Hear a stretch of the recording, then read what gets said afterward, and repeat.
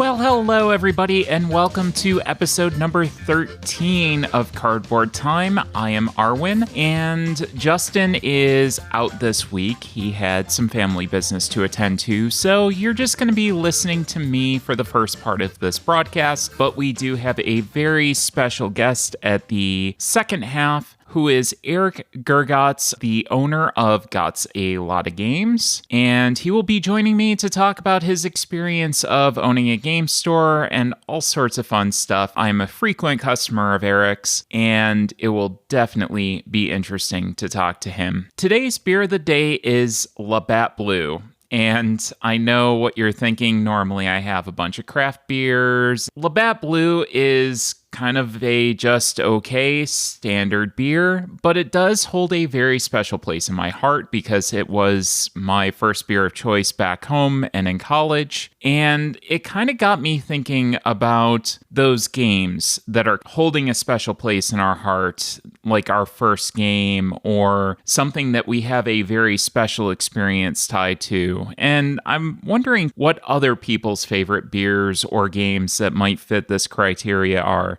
I do want to say a special thanks to all the people joining us, and I really love hearing the stories about how you found out about us, whether through a previous guest or Facebook or Instagram. Please keep sharing those. Please keep them up. I love hearing the feedback, and it does help guide the show and allows me to provide content that's a little bit more tailored to my audience. And as always, now is the time to check the shelf of shame. I am at 179. That is down 2 games. Quite a journey again this week. 8 new additions to the Shelf of Shame. We're going to start with the Ugly Griffin Inn and Food Chain Island by Button Shy Games. AEG sent me a little care package of review games, including Ecos, the First Continent with the New Horizon expansion, and War Chest, the Nobility and Siege expansions, which meant that I had to go make a little purchase of War Chest. I also picked up Bees and Honey Buzz, 2 games that are getting a lot of notice on Instagram and social media. So I wanted to see what all the buzz was about with those 2. And finally, 2 games I also picked up that I've been watching for quite a while. One was Coffee Roaster and the other was Smartphone Inc.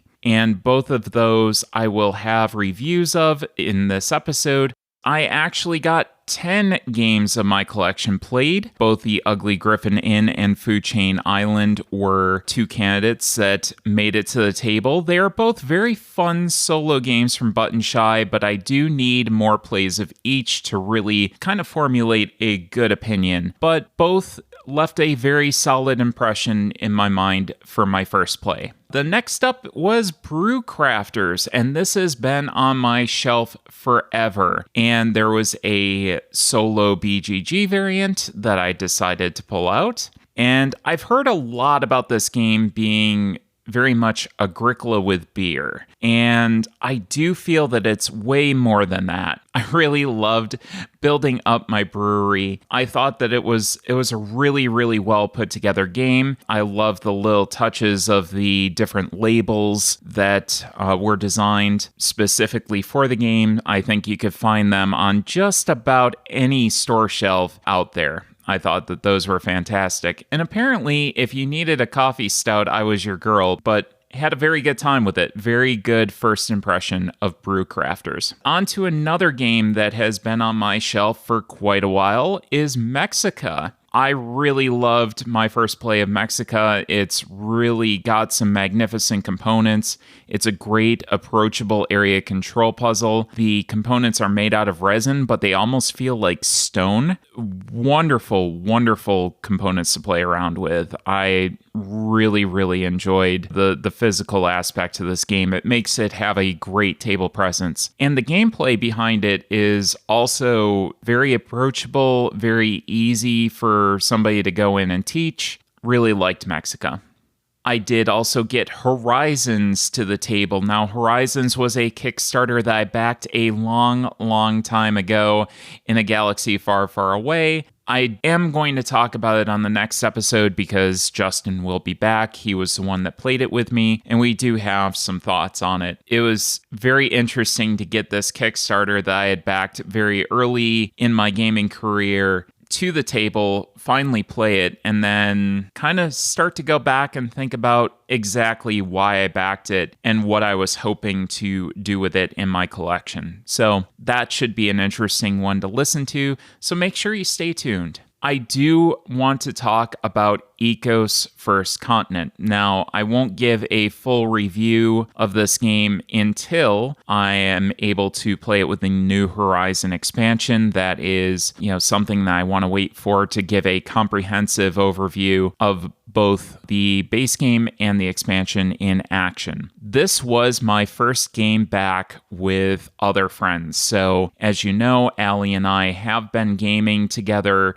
with each other for quite a while now, and she's been helping me work through my collection. And we finally made the determination that our friends Matt and Paulina were close enough in our gaming bubble that we were finally going to bring a game back to the table with them. And there weren't a huge amount of touch points with this. One player could draw the tiles. Everybody else was kind of doing their own thing, with their tableau. So it was easy to bring this to the table in person and not have too many touch points and that kind of risk. So it was something that we felt relatively safe doing.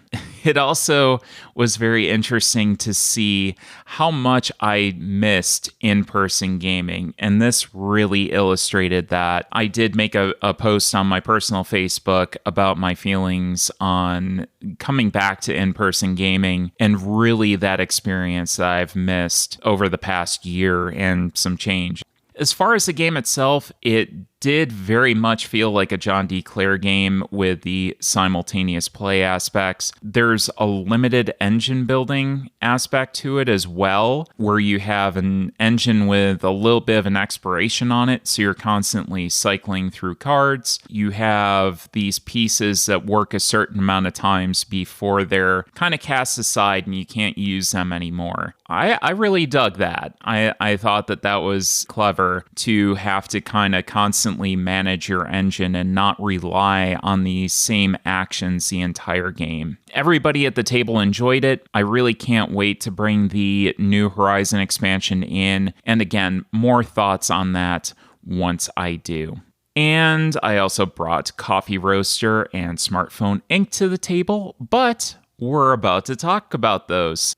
So, on to what I've been playing. The first game up on the list is Smartphone Inc. And Smartphone Inc. plays from 1 to 5 players in 60 to 90 minutes, designed by Ivan Lashin and art by Victor Miller-Gausa. It is published by Cosmodrome Games and Arcane Wonders. In Smartphone Inc., players are CEOs of large smartphone producing companies at the time when smartphones were just really starting to boom. Players are going to use pads to set their strategy in a number of factors such as pricing, global reach, technology, and production by overlapping 2 pads with action symbols on them. Customers buy the phones based on available technology and pricing, with the lowest price player able to flood the market first with their cheaper phones, and higher price players able to charge a premium for their phones and get more points. Points are also gained by selling the most phones in each market and by being the first player to research or patent a technology.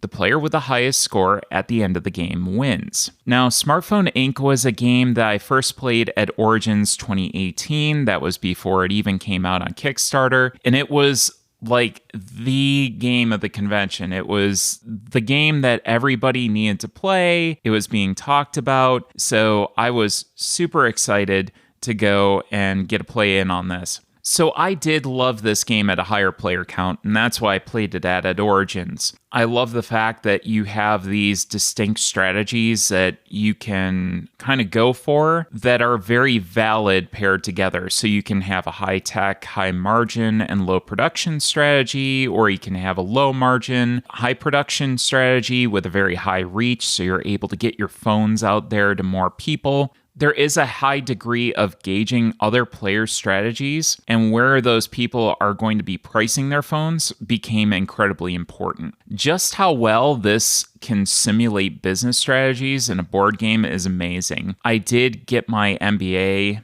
when I went to college, and these are concepts that we had talked about on how you're going to market yourself as a company. So it was really interesting to see this kind of simulated in a board game form. The entire board is dual layered, wonderful components. I love the production value on this. You've got some inserts that keep all the player components together, which work incredibly well. Turn structure is very easy to pick up and teach. Most players should be able to pick up the game within a round. Not a huge burden on the teacher. My solo thoughts are kind of mixed. The solo game tries to mitigate the lack of players with retailers, which reward the first player to reach an area instead of phone sales. So in the base game, there's a lot of interaction between the players, like I mentioned earlier, where you have people kind of competing on price strategy.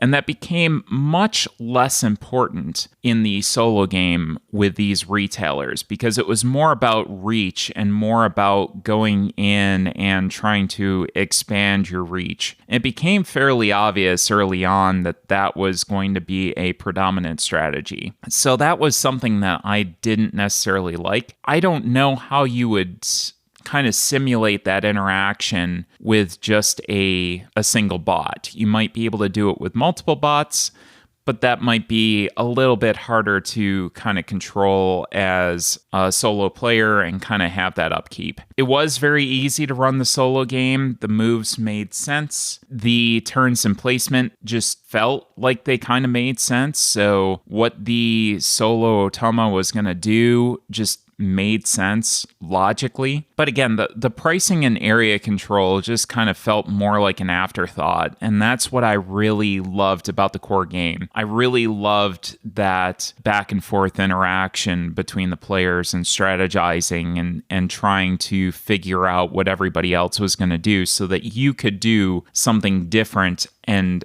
outwit your competitors.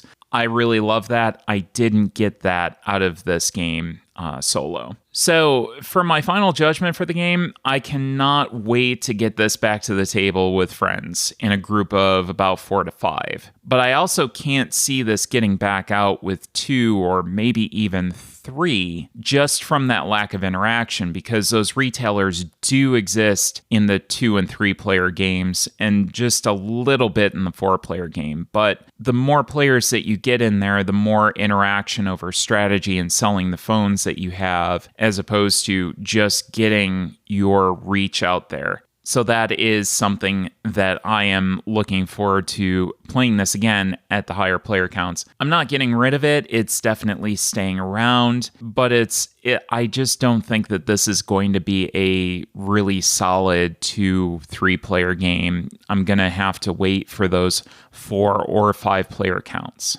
And I also wanted to talk about Coffee Roaster. Now, Coffee Roaster is a dedicated solo game. It plays in 10 to 30 minutes, designed by Sashi and published by Stronghold Games. And in this solitaire bag building game, players are roasting coffee beans to perfection while trying to avoid burning them. In each round, players will draw tokens from their bag representing coffee beans that you will increase in roast level and place back into the bag. At any time, you can stop and cup test, taking the beans out and trying to brew the perfect cup of coffee by hitting a target score. You can choose to play a single roast or a 3-round sequence to get a high score. I didn't think that I needed another solo bag building game after having Warp's Edge and Orleans solo modes.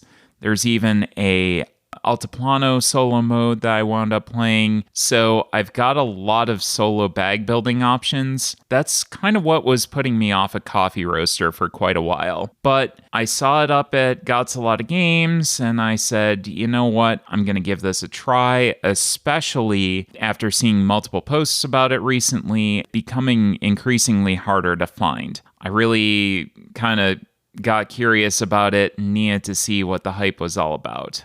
this has to be one of the best, I call it a Sunday breakfast quiet solo game that I've ever seen. So it's really just a nice, have your coffee, pull some beans out of a bag, roast them, test them out, and then see what you get. It's relatively low stress. I really like that. I think that Warp's Edge and Orleans are very stressful, very, very strategic games. And Coffee Roaster kind of fits in a little bit of a niche that I didn't know I needed. So I found that pretty interesting. There is a lot of variety in this game. There's 22 different varieties of beans, which represent your starting tokens. Each of those beans has their own ideal roast level for maximum points. You do have these special one-time abilities that allow you to mitigate some risk, which is definitely needed in this game. The push your luck element in this game is really solid. You have to remember what tokens are in your bag. Roasting beans to a high level makes it easier to get a higher overall roast level when you go to do your cup test and start pulling them out of your bag. But you can over roast them before you do that cup test, which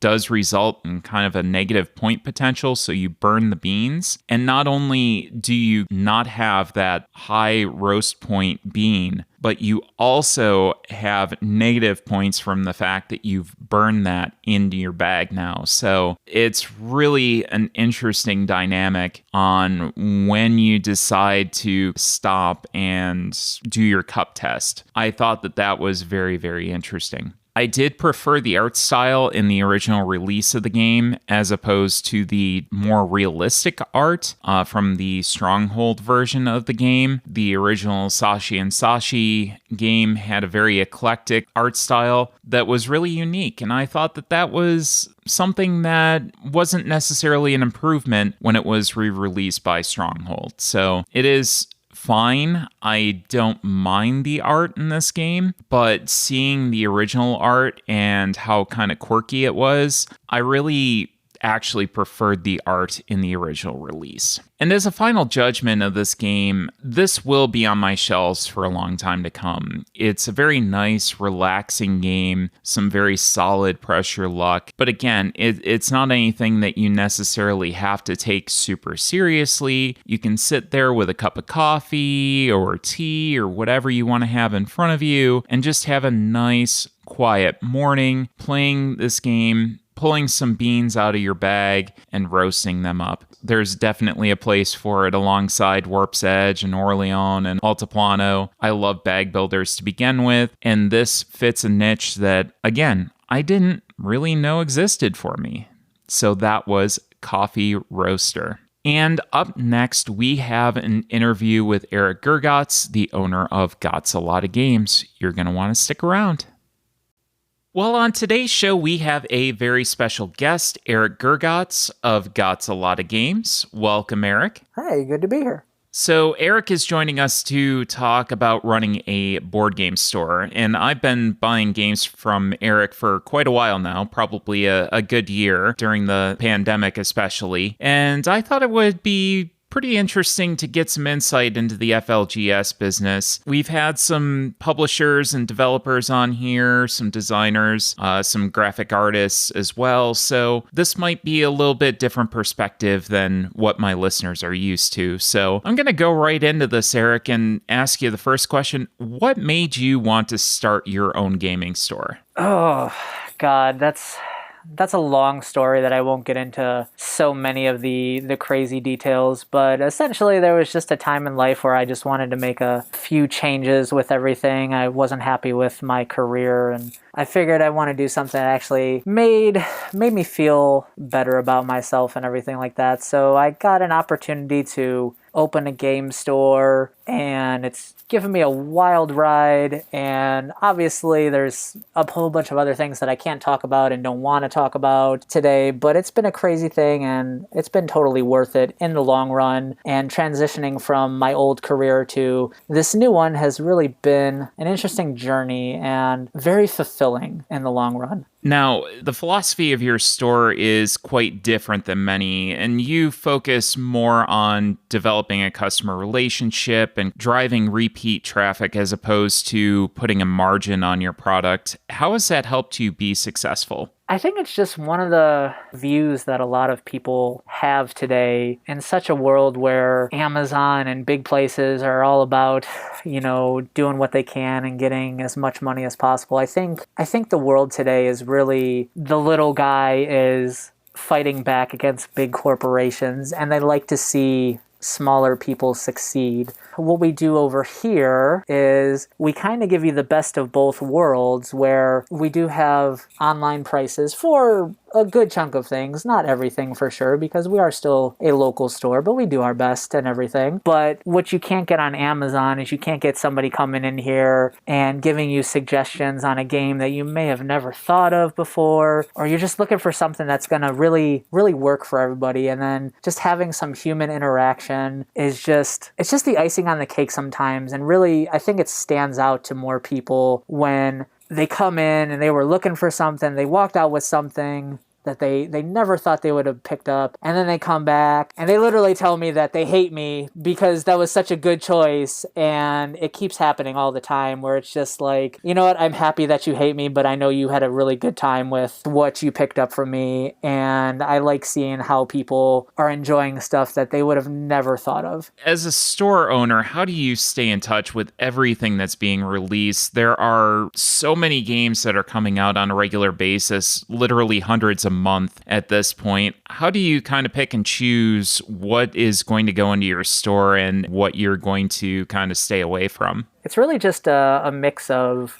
what I want in a store, and I think like just my gamer intuition, because I feel like even before I had this store, I would look at a game and I would say like, oh man, this is going to be big. Like in the past when Azul wasn't even out yet, but I watched videos of it and I was like, man, this game is going to be huge. And at that point, people were like, oh, it's going to be pretty good. And I'm like, no, this is going to be huge. And sure enough, look at that type of game nowadays, where today looking through everything, and there's like some data that we use for sure based on our market, and just like, some games we sell here that people may not necessarily think of, but it's just something that I personally vouch for. And sometimes people pick up some stuff that it's just like, wow, I would have never thought about that, but it works because I can show them it. I guarantee it. And sometimes you just want that little extra joy. So when you're looking at certain games, like obviously you'll see certain titles and you'll be like, yes, like that's an automatic must have. We need that one. And then sometimes you look at a game and it's really like,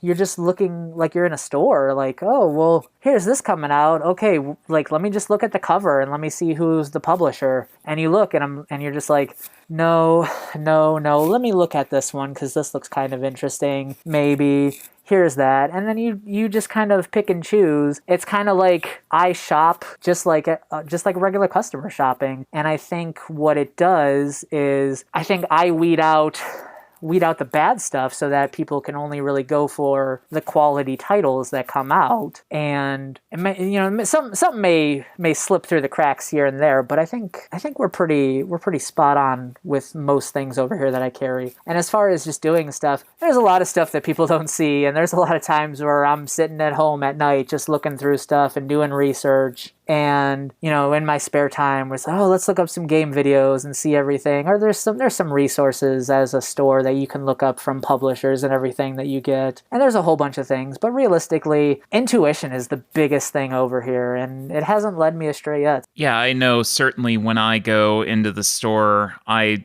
see a great selection of games, and normally I want all of them. About half of them I already have on my shelves or have had at one point, but yeah, certainly I notice a quality there. So you definitely do a good job of kind of putting that filter on what's in the store. So that's great. Getting into the pandemic, because that has been a thing that's really affected us over the past year, and a couple of questions about that. It's affected a ton of businesses negatively. A lot of shops have had to close up or temporarily suspend operations. What difficulties did you have in managing the pandemic and running a store through it? That's a really good question. And it's looking back on it now, there hasn't been I wouldn't call them difficulties, more of speed bumps. I mean, obviously last year we're past the 1 year point where we had shutdowns here, and that was definitely a different thing where, you might be just delivering stuff to people's houses, or they could come pick up something at the store in a certain window, and you couldn't walk in here, but would just bring it to your car, do stuff like that. And there was definitely like shipping issues with distributors getting stuff to you on time, and the postal service having issues shipping stuff out, because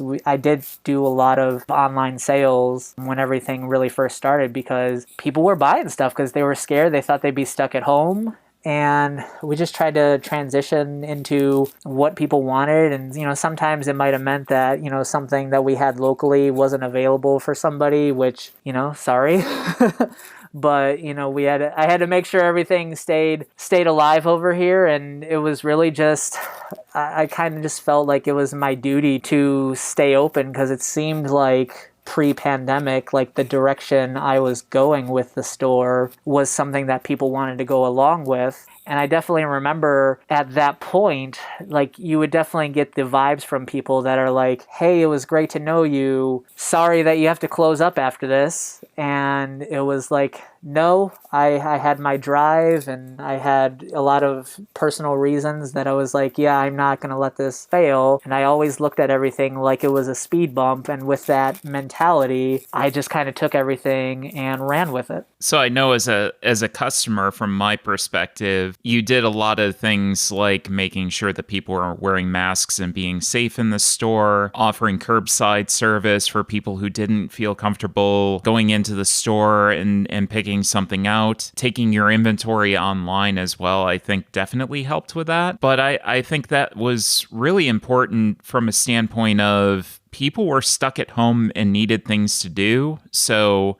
certainly one of those options was board games. People who were fortunate enough to be stuck indoors with the same people all the time, you had to have something to do with them. Tabletop gaming was an option for that. So I think it served that need very well. And being able to go in and not have to go into a store certainly helped. I know that I took advantage of it a time or two for sure. So it was really nice to have that as an option. So I think you did well to adapt to that. I tried my best, at least. For those around the country that are looking to potentially start up their own shops, what advice would you have for somebody that's brand new to the industry and just getting their feet wet? I'd say, looking back on everything, and like I said, I won't get into too much things, because I definitely took a little bit of a different journey than a lot of places might do it. But realistically, have a good financial situation. That is the number one thing. Personally, I had fully funded this place out of my own pocket. There's been no business loans from this place. There's been no help from outside parties. It's all been fully funded by myself. And it was a good chunk of change, but having that one and actually putting my own money up as like my livelihood, it was kind of like a good kick in the, you know what? I think having my own money into everything was really just like, I'm going to put 150% into everything that I do. And then as far as other things, you have to diversify. If you're going to start a store with like one specific thing, I don't think it would be the greatest idea. One of these stigmas that I have to kind of fight against, quote unquote, here is that my store may be a pretty small place, but I think most people in our area kind of assume that all small game stores are just Magic or card shops. And while I do sell those here, not to a massive amount, unless it's Pokemon right now, which we can't even keep in stock. But, like having that attitude from people where, they assume you're a card shop and they walk in here and you see a wall of board games as the focus, and then you have your RPGs and your miniatures, and they're really like a little bit of everything is the focus, and you can't even say one thing is a focus, because every different month there's something new that people will go for and sales will go up higher in some category. Like one month people are buying board games, the next month people are buying trading card games, and then the next month people are really into miniature games, and then they go back and forth. Or sometimes like there's two different things that are really big. There's like some big games that come out, and then you're just like, wow, that's like all we really needed for this month. and that's great. Like it's not that crazy, but I mean it could be. But like diversity is definitely a thing. And I think one thing that I focused on over here that in my experience from visiting game stores like all across the country and nothing local and not putting anyone down or anything is that just that modern aesthetic. And to put that into perspective, my career before this, I was an electrical engineer in the construction industry. One thing that I picked up during that one is, definitely like the looks of buildings and how things feel modern and what's inviting to people. There's a lot of little things that may not necessarily have been my field, but you pick up stuff. And I think one of the general knocks against game stores that most people have is that they're supposed to be like dimly lit basements that, are kind of musty and everything like that. And I think when you walk in here, you kind of get the vibe that, like this is a very welcoming place. The lights are very bright. I mean, before we opened up, I put in energy friendly lights. Like my thermostat is a smart one. So everything here is like green friendly. That's from my past over here, but like the little touches with big LED lights that, things are very bright here, like even at night, it's very bright. You'll be able to see anything. I think just having that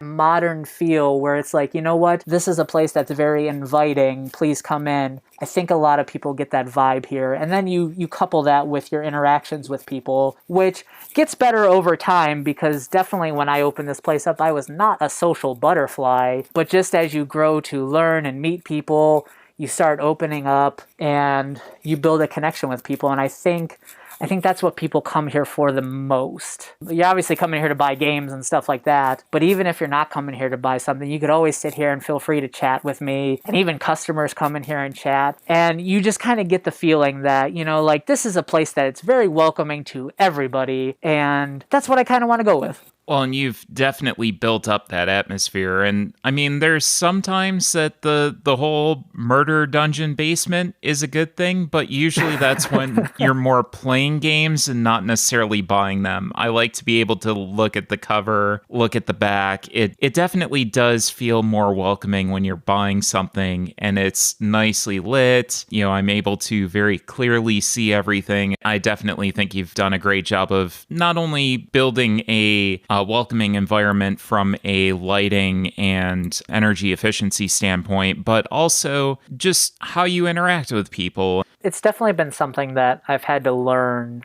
because you learn how to gauge people, and that's why I actively try to greet somebody. It doesn't always happen because, you might be busy with someone else, but when you see somebody come in, you say hi, do you need anything? You kind of get all the information where they're just like, I'm good, I know what I'm looking for. I'll holler if you need anything, or somebody will just be like, yeah, I really need your help here. Let me go. And then you kind of just learn from it. So if people are like, yeah, I just want to shop, kind of let them go and do their thing. And then you check in with them occasionally. And, people like not being followed around and just kind of doing their own thing because I feel like most gamers are pretty introverted. So I think a lot of us don't really like that social interaction as much as we might crave it, maybe. So it's like, oh, hey, like I'm pretty great with just being here by myself and looking at stuff, and sometimes they'll open up, sometimes they won't, but we all understand everything. Like I said, I was not a social butterfly when I first opened this place, and I can at least kind of gauge when somebody really doesn't want to talk. So just let them do their thing, and if they want to chat while they're like picking up something, they're free to. Sometimes it might just be like a quiet interaction, and you know what, they're happy with it. So it's really just learning how to read people. I'm gonna get a little bit out of running the game store and everything. What games did you see that were very big in 2020? Probably not the ones that you would think of, or maybe the ones that you would think of, because I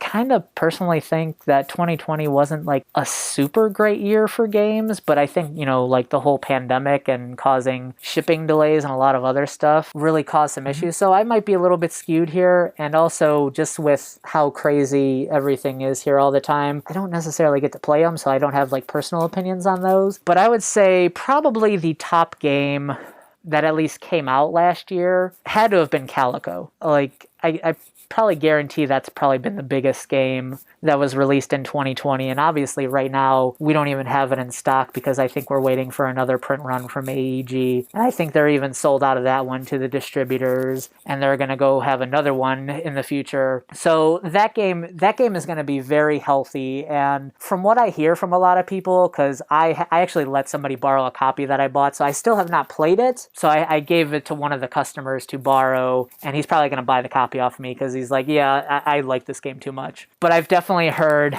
that that's probably one of the better ones. And as far as like continuous sales, I would very much suggest that would be one of the best ones. Isle of Cats was pretty good last year when that came in. And we still sell that one pretty consistently. It's maybe a few years old, but we're still pretty big on Quacks of Quedlinburg. Again, it may not be the biggest game. It may not sell all the time, but it's still very consistent. And then, just the standard franchises that you would think of that keep on selling, they keep on going. We're kind of one of those game stores that may not necessarily be in a high traffic area where lots of casual people will come in. So we may not be the store that sells a whole bunch of Catans and Ticket to Rides like every day because that's what people have heard of, although they do still sell relatively consistently. But some of the ones have actually surprised me at what continuously sell, mainly because of their prices. I think the biggest offender is that one is maybe like Mansions of Madness. That one is still very popular for, what is it, $100 MSRP game? Yeah, it's definitely up there. That's kind of one of those ones that a little bit blows my mind here, where, oh, this is a very expensive game, but people are still buying it, and there's expansions. But I think the one big boom that hit because of the pandemic last year, and I think the game that saw the most rise in sales that I was kind of surprised about, had to have been the Arkham Horror card game, where it seemed like at one point when we opened up, and granted, I'm only going on like a year and a half of being open, most of that during the pandemic, obviously, but at one point it was just like, oh, we have this game and we have like most of the stuff and it's just kind of sitting here. And then as people were sitting at home and it's like, oh, you know what, I'm going to try solo games. Arkham Horror, it blew up and people have been getting into it, and I think it's really been affected positively. And I could see that a lot now because when I get stuff from Asmodee or to the distributors who carry that stuff, Arkham Horror the card game has sold out a lot, and it's only just recently that we've been able to get like most of the little packs that have come out for it in stock, and even then, like, not everything is still available. To go with that one, you could do a little bit with Marvel Champions, but I haven't seen too much of a climb in that one. But, it's consistent with people, and people are going into that one. So kind of the games that keep having new releases have been a good thing for people, and especially if you have the ability to play solo nowadays, or just really good two-player, those have been ones that have been pretty popular from my perspective. Oh, and solo gaming, we've definitely talked about quite a bit on this show. I'm a pretty big solo gamer. Allie and I play some stuff together, but the ability to get something to the table by myself very quickly and then be able to go and teach that to people later is a really, really nice thing. So I'm glad to see that more of those games are certainly on the market. Now, in addition to the 2020 titles, I have to ask, what do you think is going to be your top 3 2021 games that are going to be the big sellers? I think it's still too early to tell this year, in all honesty. But let's see. One that I think people are going to look forward to a lot is Cascadia, and I'm basing that solely on the Calico buzz, where it is the next game from those designers and that company. And I know just based on Calico and their sales of that one, I've already put in Kickstarter orders for that copy through the company, and I ordered as much as I could, which was not like as much as I would like, but it was still pretty decent. And I think that one's going to be really good. It has that very inviting feel, and the artwork is very pleasant, which a lot of people are going for nowadays. They're kind of going for the, I don't want to say like the abstracted art style games, but, like less human based. It's more like, you're not playing an RPG and you're playing as this character. You're playing as yourself and you're doing this thing. Like those type of games, I think, are doing really well nowadays. ways. So like a game like Everdell, where you're playing as these critters, or you're just the person placing these critters. I think stuff like that has that abstracted feel where you're not like, I'm a sorcerer and not pick your gender or your sex or whatever like that. I think people are getting away from that as a game, and they're just saying, you know what, I'm the person doing this no matter what I am. And I think those type of games are going to do well. At least it seems to me that way from like a market perspective. Granted, still a small market, but they seem to be pretty popular games as well too, from what I see in like Board Game Geek and all the Facebook groups and everything like that, and just people talking and Kickstarter. So I think that's going to be my number one to look out for this year. And it being a very family-friendly looking game, Cascadia, I think that one's going to do pretty well. And I hope it does really well because it looks really good. I'm glad to hopefully see that one do pretty well. As far as like other games, I think one that's going to be pretty good for the medium to heavy type gamers, I think Merchants of the Dark Road is going to be pretty well. I think that's Elf Creek. And I've actually talked with the owner of that one. I think his name is Brent, and I have a pretty sizable order on those because it actually does look really good. Nice dice worker placement game, I believe it was. Everything that they've put out since Atlantis Rising, Honey Buzz has been very popular, even though that was a little bit of a slow burn here. It picked up eventually and has been a very popular game. I think that company has a really good track record. And I know there's a giant Kickstarter edition of it, which we have a bunch of that one on order. You know, obviously a bunch like pretty much for my local area. It's not like I'm trying to go like nationwide over here with everything yet, at least. You know, it's a pretty sizable amount that I have on order. And the Elf Creek's just general buzz and how they've been doing everything, I think it makes them a company to watch out for. And I think they're going to do really well. And as far as talking with the owner of that company, he seems like a pretty great guy, and I think people will reward really great people. And then as far as a third game, I don't know. That's going to be an interesting one. We'll see. I mean, there's other like Kickstarter titles those are the ones that I have the best gauge on because you at least know they're coming sometime. Whereas some of the games that are coming out later this year, we may not know about them already. I think Endless Winter, Paleo Americans, that has gotten like a pretty good buzz with people. And it actually looks really great. So I'm excited to see how that one works out. One that just came out recently that has been more popular than I thought was going to be was Equinox from Plan B Games. Which is a new version of Colossal Arena from Reiner Knizia. That has been really popular this first week it came out, and I kind of messed up ordering that one because it didn't seem like there was a lot of buzz at first. We're kind of sold out of that right now until we get another shipment, but it looks like it's still in stock, so we can still keep that one here. That one's been really good. It's got amazing artwork, even though I still question the frog that's on some of the cards because there's something wrong with that guy. I happen to really like frogs. I take exemption to that. I think I should show you the picture of that frog, and you're like, there's something wrong with this guy. Okay, fair enough. The bad thing is I've just showed that to people, and they're like, I'm thinking the same thing that you're thinking too, and it's like, okay, it's kind of funny, which I won't say on here because it's a little bit inappropriate. I don't want to go too much for the kiddies and everything, but you know, I'll show you that when you're here sometime. I have some photos of it. It's pretty great. And yeah, and just other things, we'll see how it is. You know, it's really hard to see what's actually coming in this year because a lot of shipping issues have caused delays. You know, like we had Kickstarter games that were supposed to be in last year that are obviously delayed even longer now. You know, like I think Return to Dark Tower was supposed to be out already this year, and that's pushed back until like the middle of the year now. And even other ones, Wonderland's War, that one looks like it's really good. It's got a great art style and it looks interesting. Like I think that one will do pretty decently. We'll see how it does with the Kickstarter version because it's not the cheapest game if you're going for everything, but I don't necessarily know if that's a bad thing anymore because people are okay with spending $100+ on games now God, there's a whole bunch of stuff. I'm excited for Madara to come back in stock, even though I won't be carrying that as a game store because it's too much. But I think that's going to be a really fun game, even though that's kind of like a second edition pseudo, like version 1.5, whatever. I know that's going to be delivered sometime soon. And probably some other Kickstarter titles here and there. Right now, like I said, all I have to go on is a lot of Kickstarter titles because it seems to be a lot of the great games are Kickstarter titles that will eventually go to the distributors and be great. And I think a lot of companies are starting to capitalize on that, where it's, hey, we have this great product and we kickstarted our funds and we made our money back, and we're going to use those profits to fund another run, and it's going to continuously make us money as a company, and a lot of people are going to enjoy this game. And I think a lot of smaller companies are doing really well like that. And I've certainly seen through doing some interviews and that Kickstarter has kind of gotten a reputation for being like this big, huge machine for larger companies.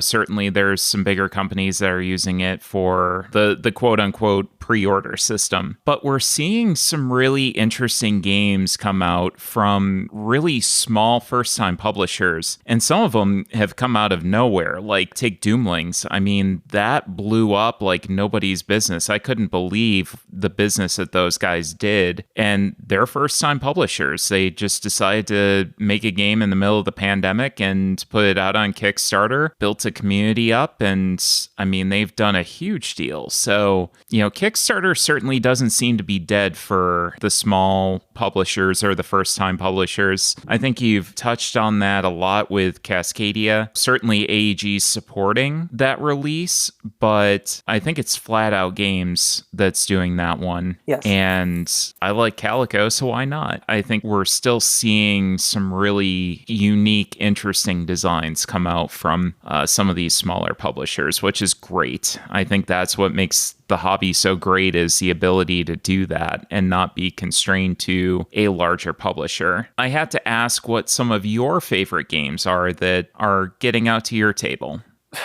Well, right now, not too much things. I seem to be more of more of painting miniatures than everything, because I am still one of the people that I'm not 100% comfortable with gaming with people outside of who I live with. So it's like, and even at that point, that's not a lot, which is only one other person. So playing games right now is not really my forte. So I'd have to answer stuff on like what I'm excited to play or what I'm trying to get into, or really most of my hobby time that I have when I'm not actually doing anything work related. It tends to be either vegging out in front of a TV nowadays, or trying to paint some miniatures for different games that I want to play in the future, and I keep telling myself I will. One of the things that I've gotten into very heavily because of opening this store and because of the area that I'm in has been a lot of different miniature games. I was not a miniature gamer before all this. As far as the typical miniature games, not like board games with miniatures, we have those, but I'm talking like war games and skirmish games. So like, just because of customers and actually carrying stuff and thinking it looked cool, like I've definitely got into more painting than playing,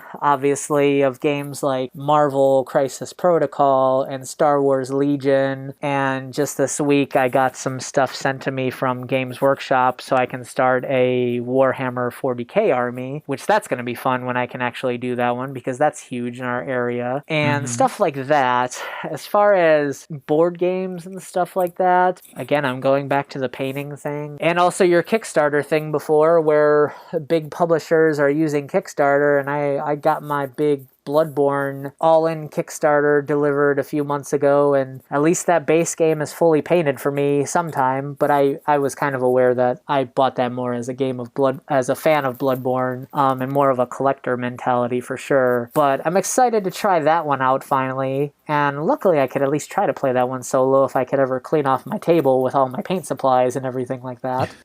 And then, yeah, some other stuff would be interesting. I want to try out the new Scott Pilgrim Miniatures The World game, I think it's called, that just came out from Renegade, and I think it's already sold out. But that one looks really cool as a fan of the IP, and actually just having miniatures of like different characters, which I hope they release the expansions because they look cool and I want them, and I'm kicking myself right now for not backing the Kickstarter because it looks so cool, and as such a fan of that IP, I love it. I don't care if the game is bad. Just I want to play the movie and the even though they're based on the comics. I like the comics too, but I want to live those moments, and I'm so good with that. And then as far as stuff like that I will love to continuously play, and as far as my tastes have changed a lot since opening the store, and even just through gaming in general, where it's like, hey, you're playing casual games, now you're playing heavy Euro games, now you're going back to casual games, now you're just playing miniatures.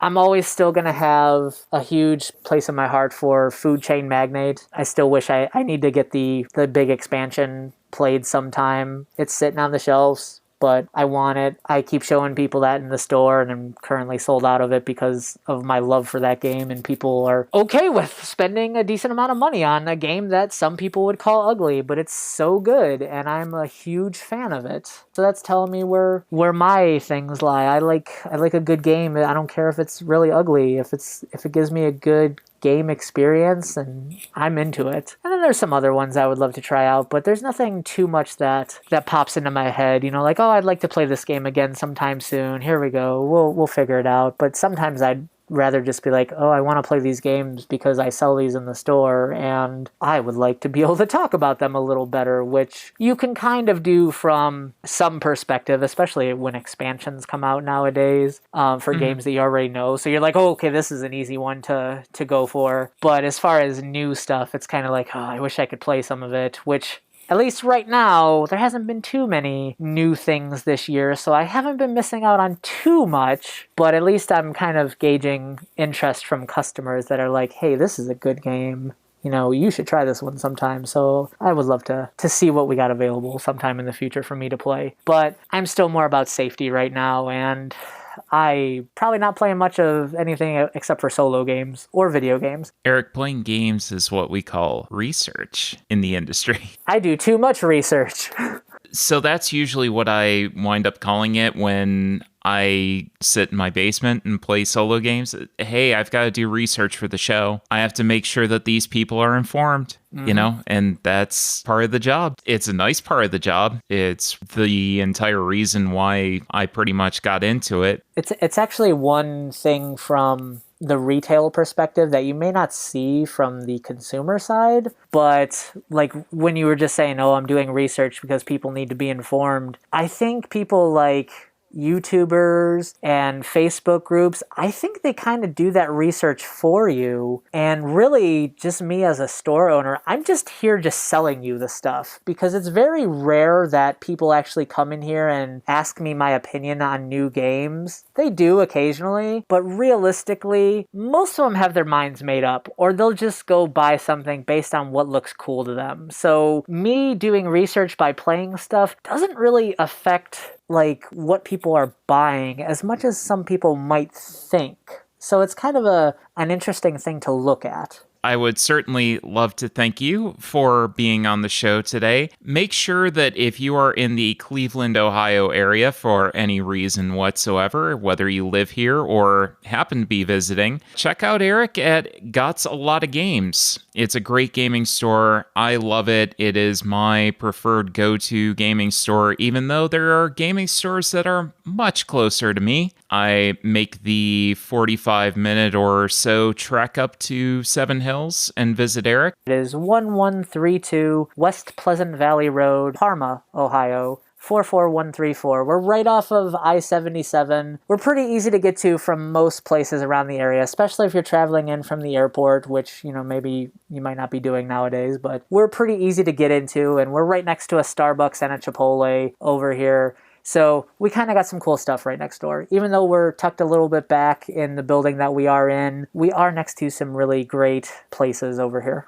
Well, I think that's going to do it for us this episode. Make sure to hit up our Facebook page. Our Instagram and Twitter is at cardboard_time. And check out our Board Game Geek podcast page with all the recent episodes and plenty of places to discuss. all the topics that come up on the show. If you do have any questions, suggestions, or ideas for discussion topics, please email cardboardtime@gmail.com. And once again, as always, thanks again for listening, and we'll see you in another 2 weeks for an episode of Cardboard Time.